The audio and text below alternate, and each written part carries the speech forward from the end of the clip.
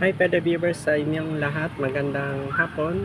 Ako po si Steve, may-ari ng video account itong nasa respective website youtube.com.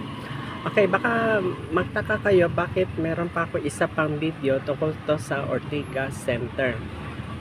By the way, yes, meron pa akong another video. Ito naman ay tungkol to sa cost of per square meter ng Ortigas Center.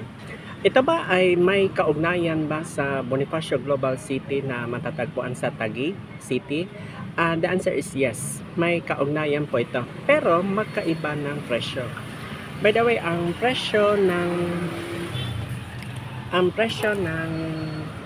per square meter is aabot ng more than 500,000 pesos per square meter. In terms of real estate computation, that's purely passive.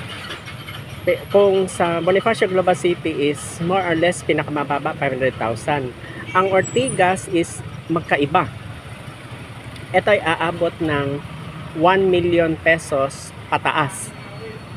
Very seldom ang 1 million pesos per square meter. We're talking about per square meter. Hindi pa kasama yung pag-construct. By the way, ganun din. Ang mangyari sa Bonifacio Global City, it will affect also the cost of construction materials. So that's it. Yan lang.